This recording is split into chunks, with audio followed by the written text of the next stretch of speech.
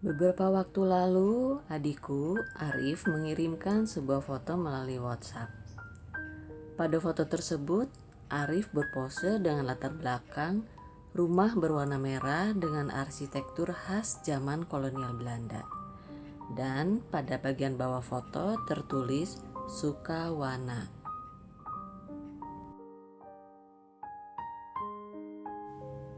Rupanya Arif baru saja napak tilas ke rumah merah tersebut. Dan sebetulnya rumah merah itu tidak asing lagi bagiku. Karena saat dulu almarhum ayahku ditugaskan di perkebunan teh Sukawana, tinggal di rumah tersebut selama kurang lebih 3 tahun.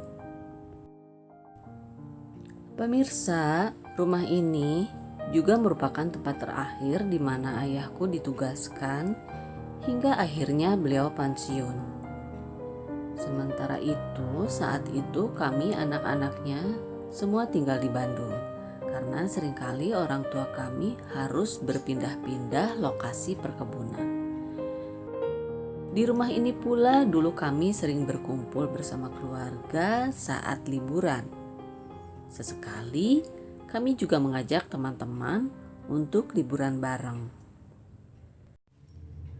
Pemirsa, lalu apa kaitannya rumah merah itu dengan misteri yang aku alami? Karena rumah merah itu sama sekali tak menunjukkan atmosfer mistisnya. Bahkan aku sangat kerasan tinggal di rumah merah tersebut.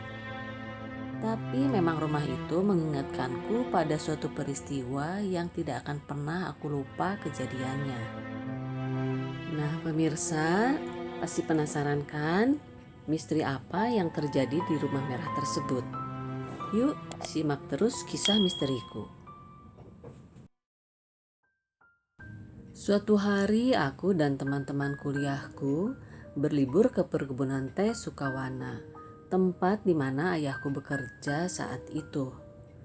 Perkebunan teh Sukawana berada di Lembang, Kabupaten Bandung Barat.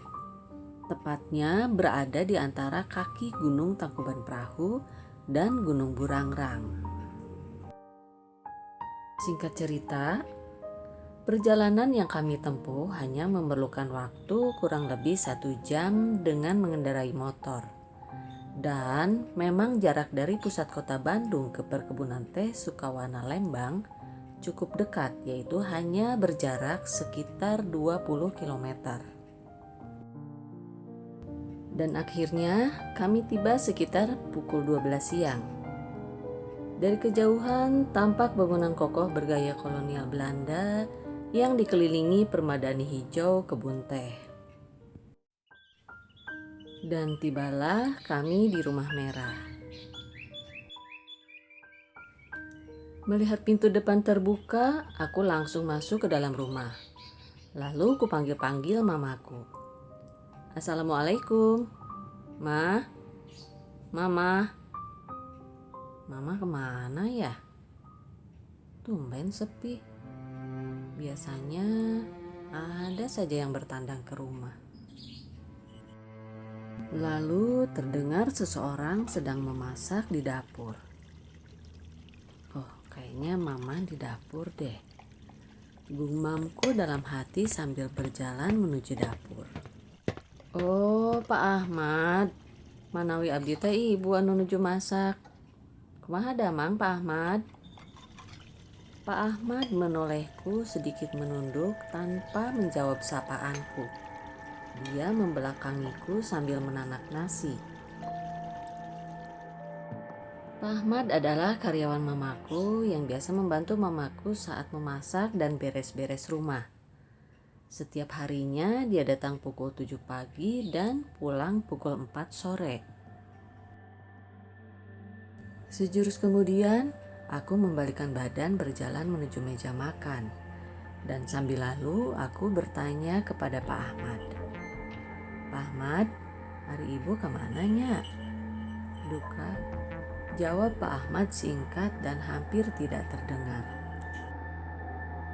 Ketika di depan meja makan, Pak Ahmad, sinarieun tayana naon? Biasana ibu osok kadamel tuangan? Tanyaku pada Pak Ahmad.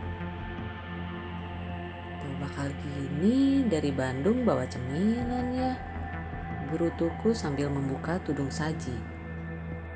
Tiba-tiba aku tersadar. Kenapa Pak Ahmad diam saja ya? Sejurus kemudian aku langsung membalikkan badan dan kembali ke dapur menemui Pak Ahmad. Astagfirullahaladzim. Pak Ahmad, rewas abdi. Tiba-tiba Pak Ahmad sudah menghadap ke arahku dengan sedikit menunduk dan tanpa bersuara sambil tetap memasak.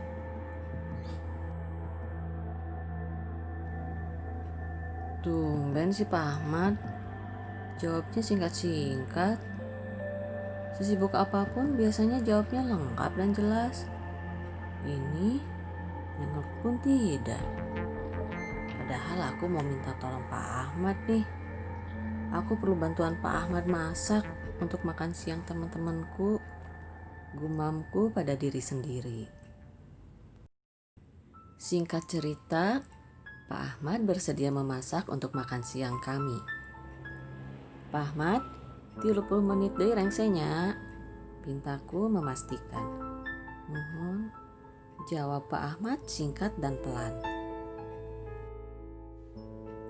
Pak Ahmad, hatur nuhun nya, ucapku sambil berlalu meninggalkan Pak Ahmad di dapur dan kututup pintu depan ruang tamu. Lalu kusambangi teman-temanku yang sedang bersahabat dengan alam. 30 menit kemudian. Assalamualaikum. Kok pintunya dikunci? Pak Ahmad? Pak Ahmad? Sambil menunggu pintu dibukakan oleh Pak Ahmad, aku duduk santai di teras.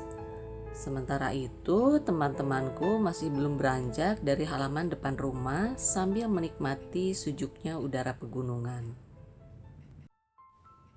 Tak lama kemudian, terdengar seseorang membukakan pintu. Dan ternyata itu mamaku. Dan mamaku cukup surprise atas kedatanganku karena aku tak memberi kabar sebelumnya. Ini ayah Ina. Sareng saha ka dia, Nak? Sareng rerencangan, Mah. Jawabku sambil melangkah masuk dan kupeluk mamaku. Oh, sareng rerencangan. Pasti tak acan aremam atuhnya. Kumaha tuh? Mama tak acan masak, Nak. Tak acan, Mah. Tak acan aremam. Tapi tadi Pak Ahmad nyangu dah, Mah. Janten tadi sakentenan we nyungkeun bantosan supados masak. Jawabku yakin sambil duduk santai di sofa ruang tamu. Pak Ahmad. Mama menghampiriku dengan kening mengernyit. Mohon Pak Ahmad, kunaon kitu mah? Tanyaku tanpa beban. Dinten ieu mah teu aya Pak Ahmad, Nak. Pak Ahmad libur. Libur? Tapi tadi Pak Ahmad aya dah mah. Pan tadi Ina pendak. Malih mah ngobrol. Numawi tadi Ina nyungkeun bantosan masak. Maksudna kumaha, Nak? Kenapa Mama bingung ya? Tanyaku pada diri sendiri. Bagaimana kisah selanjutnya? Ikuti terus kisahnya.